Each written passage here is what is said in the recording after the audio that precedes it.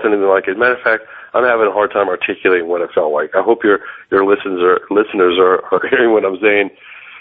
But it was just eerie, man. Really. And that's why I'm glad that I have you on the line, James, because there's a lot of rumor out there. And I know there are some people that are probably fear-mongering.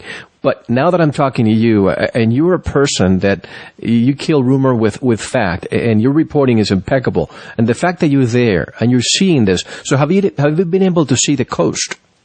No, I've not been able to see the coast. I'm going to try. I've got a number of one person there who lives there now. I'm going to call him in the morning and see if there's any route at all I can take to get to the coast. I'm going to do the best I can. I mean, I hope I don't get arrested. I mean, I'm going to keep I don't know exactly how I'm going to go about it. I'm not going to go out there blatantly with my camera. I'm going to keep it kind of tucked away, and I'm going to drive out there like some ignorant tourist or something. I'm going to try. But I tell you what, you're here with me tonight. I will make sure that I air this tonight. I'm going to put it on the website and send a lot of messages out there to people. If something happens to you, if you're arrested tomorrow, people are going to know about this. And I want to know who's going to be arresting you for what reason. This is America, folks. The First Amendment right. We're trying to report something. Is there a crime scene there? No. What is it then? They're not even letting fishermen go out. People go out in boats. I mean, it's literally like a media blackout.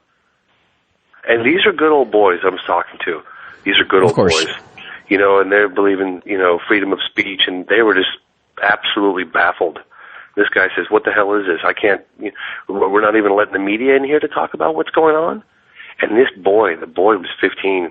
His father's involved in the cleanup, and he said, the media's not reporting 1/10 of what's really going on out there. That's what he told me. But when they say that, when they say that the media's not reporting the full extent of what's happening, what do you speculate they're referring to? That the oil spill is bigger than we think, or are there multiple ones, or what is the deal? That the oil spill is much bigger than they want us to think. I got some information last week, James, that there's the Jacksonville Air Force Base, which is surrounded by trees and you can't see from the outside. One of the runways has about 5,000 UN vehicles. I saw a satellite picture of that, white vehicles. And as I'm getting more information, there is a possibility of a massive relocation if this oil spill gets into the current to Florida. And when you see all this marine life die, all this stuff that's coming up is sulfuric acid. People are not going to be able to breathe. I mean, things are starting to look really dire. I tell you, I would probably think this was like hyperbole or overblown, exaggerated stuff. Until I saw what I saw today, I couldn't believe it. It's like BP. It made me really feel like the oil companies are running the whole government, that they're calling the shots. And the fact that they had that press conference with the President, Obama, on Friday, there was no indication of any of this. I saw reports of that. I thought I was going to be able to go there with my press pass and, document a little bit about what's going on. I was going to hire a plane, fly over the water. Hell no, it's all shut down. If this is not an indication of a fascist state. Not only that, every single hotel room within a 60, 70-mile radius is absolutely full. The fact that we got a hotel room, it was the last possible place option. We drove almost 2 hours to get to it in the middle of the night. I mean, I've been driving since dark to get here. I thought I was going to sleep in the car tonight. To be honest with you, if I wasn't with my friend, I probably would have slept in the car. Do you see any media, any vans, any satellite vans anywhere around there parked everywhere for you to be able to talk to? I didn't see, and that's another thing. I felt like I was alone. I mean, I didn't go further in, but it was getting dark. I saw some police with lights pulling people over, and I saw lots of helicopters that said Chevron on them. It was like a whole fleet of helicopters and lots of activity. Big trucks, moving equipment. I saw bulldozers. I saw bustling. It was just bustling with activity. But they were all kind of minding their own business, and I felt really observed. And I walked in this corner store, and I sat down, and nobody wanted to talk to me. And I started talking to the 15-year-old boy, and I'm usually pretty good at getting people to, be calm and open up to me. That's like one of my only talents, and I'm telling you, man, it was really spooky. Really? Well, you have many talents, but James, if you have not to trivialize things, but if you have a medical condition and you go to the doctor and the doctor continues to misdiagnose you once, twice, 3 times, you change doctor. Why isn't the federal government finally telling BP, step out of the way, we're going to bring the Army Corps engineer or somebody else to help? Well, I mean, I think it's. I mean, look, I don't know for sure. I'm just telling you what my speculation is. And the feeling I got from the people I talked to was that this is a lot worse than what they want us to know about, and they're trying to keep that from the public. I mean, I guess they're using these chemicals to get the oil to seep down to these massive plumes. And I talked to somebody who flew over. Who was it? About a little over a week ago, who told me. I talked to. His name was Stephen Kennedy of Bioremediation Inc.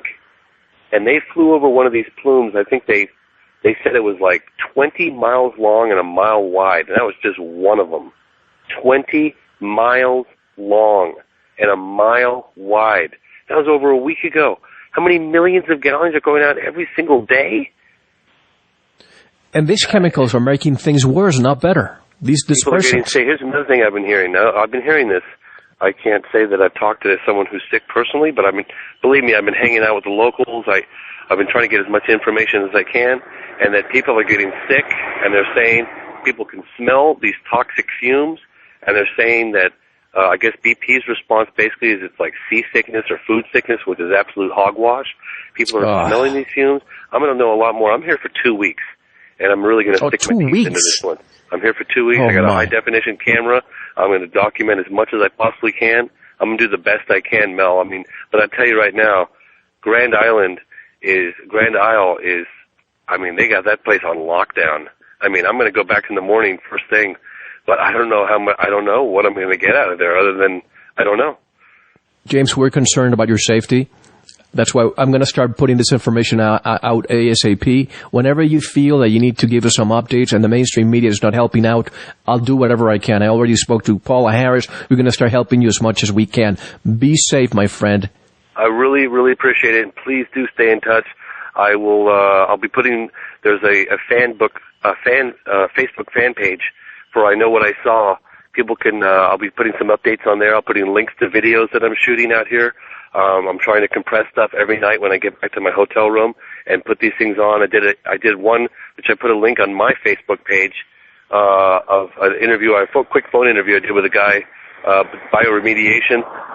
But that's just the tip of the iceberg, the stuff that but let's do stay in touch, and I really appreciate you having me on, and I really appreciate your support.